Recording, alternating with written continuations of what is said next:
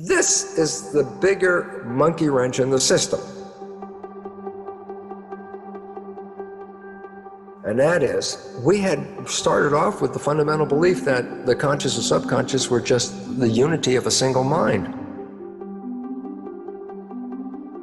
So if the conscious mind became aware of something, then the subconscious mind should, of course, follow along with it as well, because they're both together. It's two separate minds, but they learn in different ways. Here's the critical part. Conscious mind, being creative, can learn in a creative fashion. Conscious mind can read a self-help book, and after one reading go, oh yeah, I've been educated, I know how I should do it this way, and my life could be really good if I understood this. And then you say, well, I just read the book and I understand how it all works, and yet my life is still exactly the same. You can go to the lecture, you can read the book, you can watch the video, you can even just go, aha, and the conscious mind, being creative, can learn just from simply that. Read the book, it learned. I go, what about subconscious? I go, here's your problem. It's a habit mind. I said, well, how do you create a habit? I go, reading the book once is not a habit. So what's the point? The self-help book you read was picked up information-wise, educated, and enhanced your conscious awareness, and yet didn't touch any of your subconscious programs. You have the same behavior you had before you read the book, after you read the book. Why? Conscious mind learns by reading the book. Subconscious habit, you don't learn from that one reading of the book. So the conscious mind, subconscious mind learn in different ways. How can I teach the subconscious mind? Number one, so many of us talk to ourselves. You know, I love donuts. Margaret, my partner, calls them circles of death, but you know, I love those guys. And of course, my health wasn't that great at this time. And so my programming is, don't eat donuts, don't eat donuts. And I keep talking to myself, don't eat the donut, don't eat the donut. And then sure enough, 5 minutes later, there's a donut in my hand, and it's about halfway finished when my mind catches on, oh my God, you're eating the donut. Well, now being so upset, well, you might as well finish it now, you started it. And then I eat the donut, okay? And I go, wow, I kept talking to myself not to eat the donut. Why did I eat the donut? And here's the fun answer. The conscious mind, yes, you're in it. Remember I said that's a seat of your identity, your spirit, your consciousness. That's where you are. Oh, then who's in the subconscious mind? I go, nobody. There's nobody in there. It's a machine, like a CD recorder. Why is that relevant? Well, let's say I record a program on a CD, put it in the machine, push play, and it plays the program. And I say, I don't like that program. So I say, okay, CD player, change the program, make something more fun and something I would like better than this program. Then of course the program continues to play just as it was, and then you get a little more upset. Come on, please change that program. I asked you to change the program. Don't eat the donuts. Don't you remember I said that? Still eating a donut.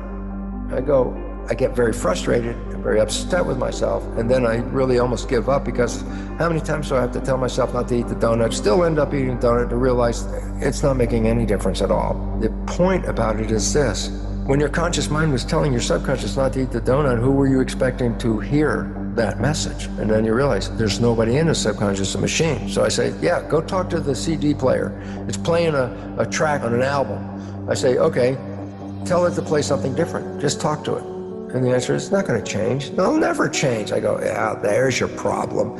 Trying to talk yourself into change is not going to work, because the subconscious mind has nobody to listen to your story. So I said, well, how does it change? I said, well, how does it learn? And here's the 3 things to rewrite your subconscious. Number 1, how did it learn in the first 7 years, the programmable period? I say, the brain was in a low vibrational frequency called theta, which is hypnosis. So if I use hypnosis, I can download a program. I can say, yes, you can. That's how you can do it. I go, do I have to have somebody else do the hypnosis on me? I go, you know, here's the fun part. The vibration of theta is a low vibration. It's below consciousness, which is alpha. And a higher vibration in alpha is beta, which is like schoolroom studying, you know, work mind, work consciousness. And so there's higher vibration is beta. The next one down is more calm, is alpha. When you go down below alpha, theta, which is the hypnosis or imagination phase as well, because children in that theta period, first 7 years, mix the real world and the imaginary world seamlessly, and that's because theta is imagination and reality mix. And then below theta is one lower vibration called delta, which is absolute sleep.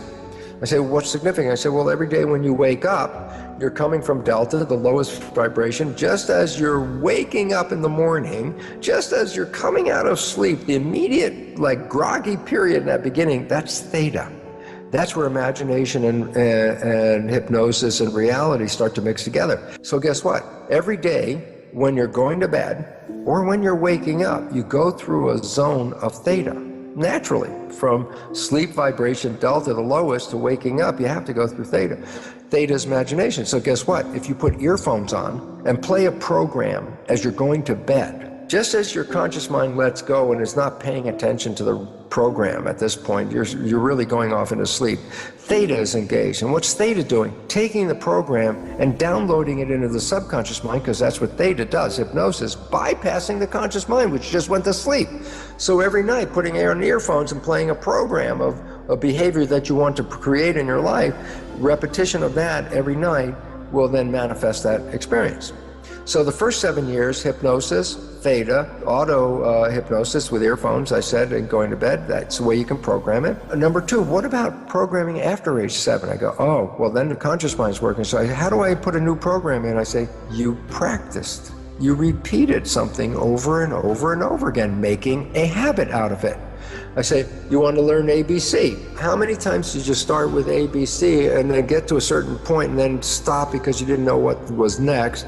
And then you thought about what was next. A, B, C, D, let's see. Oh, E. A, B, C, D, E. Oh, next one is, oh, F. And you keep adding, and what are you doing? Repeating, adding and repeating. Finally get A, B, C, D, X, Y, Z, you get to the end. Guess what? You got to the end, you don't have to do it anymore. Why? You've repeated it, made a habit out of it. Now it's enclosed in the habit mind, you can just call it up. It's already a habit. So repetition. So I say, oh, you find that your behaviors are not supporting you, then guess what? Generate a behavior that represents supporting you and repeat it just like a player on a sporting team. Go out and do the practice. Just repeat it and repeat it and repeat it. Even if it's not real at the time, it will become real as it becomes downloaded as a program. Your subconscious will take that program and then use it to manifest life from it. So you start out, you might be sick with cancer, and your program is, I am healthy, I control my health. A couple of those programs like that, very positive thingy like that. And I say, well, what happens? Well, it's very hard for your conscious mind to say, I am healthy, knowing you're having a cancer right now. And I say, no, that's not the issue. You're repeating it over and over again for what? The subconscious. The repetition, habituation occurs. The subconscious now gets a program. What's the program? I am healthy.